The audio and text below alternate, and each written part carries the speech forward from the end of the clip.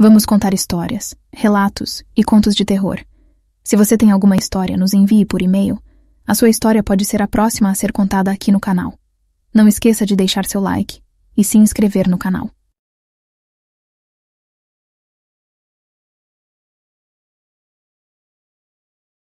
Halloween sempre foi minha data favorita. A noite em que tudo parecia possível, quando abóboras eram esculpidas com caretas malignas, fantasias eram vestidas com entusiasmo e crianças corriam pelas ruas em busca de doces. Naquela noite, eu estava determinado a encher meu saco de abóboras com a melhor pilhagem de doces que já tive.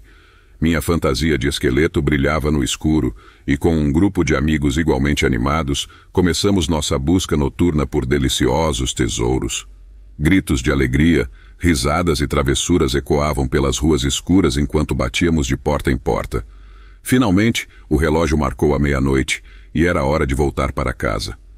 Meus amigos e eu contamos nossos doces enquanto caminhávamos de volta, rindo e fazendo planos para o próximo Halloween. Mas mal sabíamos que aquela noite de diversão estava prestes a se transformar em um pesadelo. Acordei na manhã seguinte com um nó na garganta. Tentei falar, mas não consegui emitir nenhum som além de um sussurro rouco. Entrei em pânico e corri para contar a OS meus pais. Eles também pareciam assustados e imediatamente me levaram para o hospital. No hospital, fui submetido a uma série de exames médicos. Os médicos coçaram a cabeça, confusos. Não havia nenhuma explicação médica para minha perda repentina de voz. Eu me sentia preso em meu próprio corpo, incapaz de me comunicar com o mundo exterior. Foi então que minha bisavó, uma mulher que sempre mantivera um pé no mundo da magia e das lendas, chegou à cidade para cuidar de mim.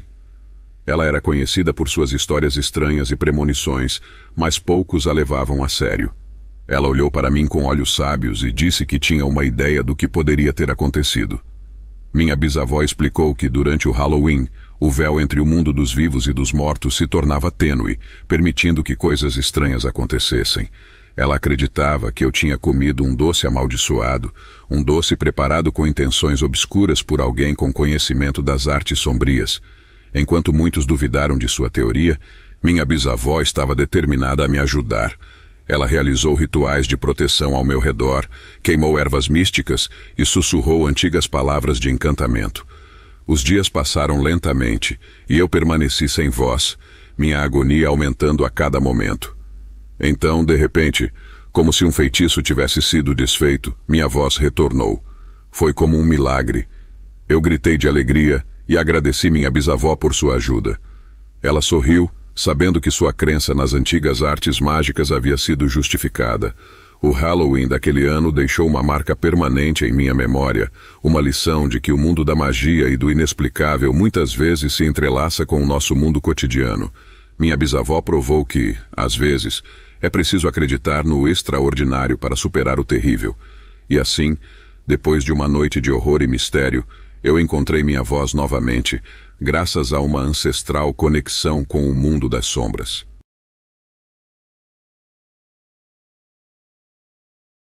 Há muitos anos, na noite do Halloween, meu irmãozinho Daniel, com seus 11 anos cheios de entusiasmo, saiu para pegar doces conosco.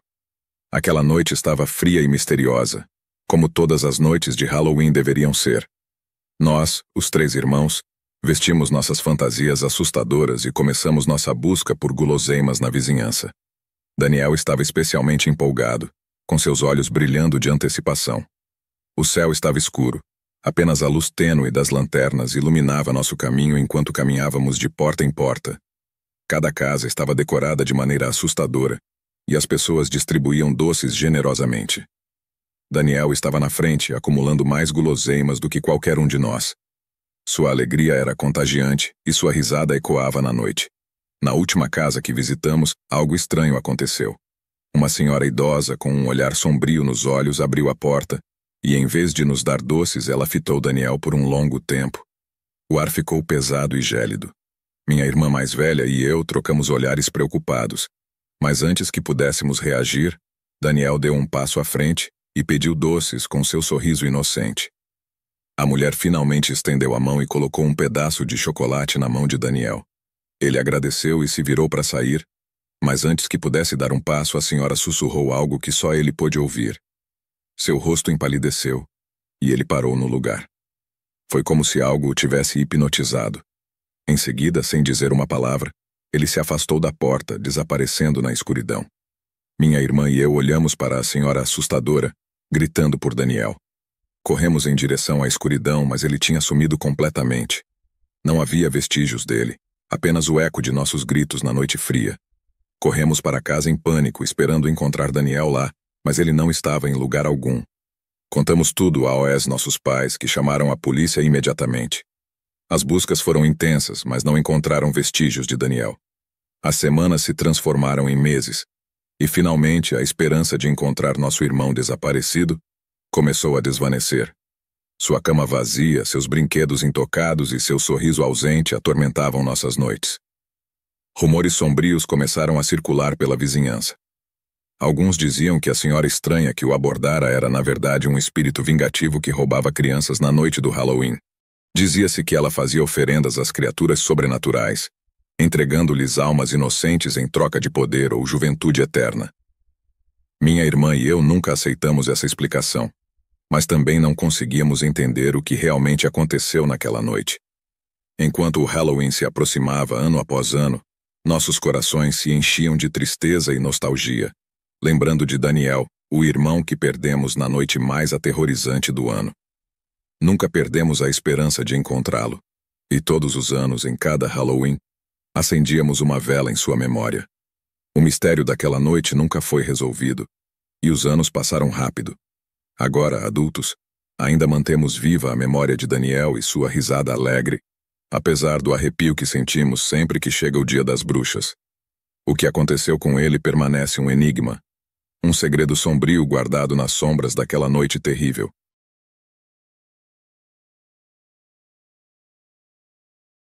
Meu nome é Anita, e vou lhe contar a história mais assustadora que já vivi. Desde criança, sempre acreditei na existência de fantasmas e esperava ansiosamente o Dia das Bruxas, o Halloween, para buscar um verdadeiro susto. Eu era fascinada por histórias de terror, e esse dia era minha oportunidade de experimentar um arrepio de verdade. Na noite de 31 de outubro, eu e meus amigos nos mascaramos e saímos em busca de doces e aventuras.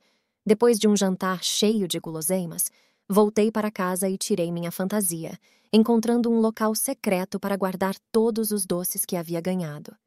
Eu estava determinada a não compartilhar essas preciosidades com ninguém e escondi-os com muito cuidado. Com minha missão concluída, caí em um sono profundo. Mas à meia-noite, um som misterioso me acordou de repente. Meu coração estava acelerado enquanto eu levantava a cabeça dos lençóis. E então, o que vi me deixou petrificada. Aos pés da minha cama, flutuando no ar, estava um fantasma. O espírito estava envolto em um manto branco, deslizando silenciosamente pelo quarto. Eu não conseguia tirar os olhos dele, e minha respiração estava suspensa enquanto eu o observava atentamente. De repente, como se nunca tivesse estado ali, o fantasma simplesmente desapareceu no ar. Eu estava assustada, mas ao mesmo tempo, estava emocionada com a experiência. Eu mal podia esperar pelo amanhecer para compartilhar isso com a minha família, embora soubesse que eles duvidariam. Minha mãe tentou me convencer de que tudo não passara de um sonho, mas eu tinha certeza de que não era. Pouco tempo depois, na manhã seguinte, levei meus pais e irmãos ao meu quarto para mostrar o lugar onde o fantasma aparecera. Mas o que encontramos foi ainda mais surpreendente. Meu esconderijo de doces estava completamente vazio. Não havia vestígios de caramelos, chocolates ou balas. Tudo o que eu havia conseguido com tanto esforço no dia anterior havia desaparecido misteriosamente. Teria sido o fantasma? Será que fantasmas gostam de doces? Hoje, 22 anos depois, ainda não tenho respostas para essas perguntas intrigantes, e os cientistas do mundo todo continuam perplexos sobre a dieta dos fantasmas. Mas uma coisa eu aprendi da maneira mais doce possível. Se eu tivesse compartilhado meus doces naquela noite, talvez não os tivesse perdido. Desde então, em cada Halloween, compartilho generosamente meus doces com amigos, familiares e até mesmo estranhos.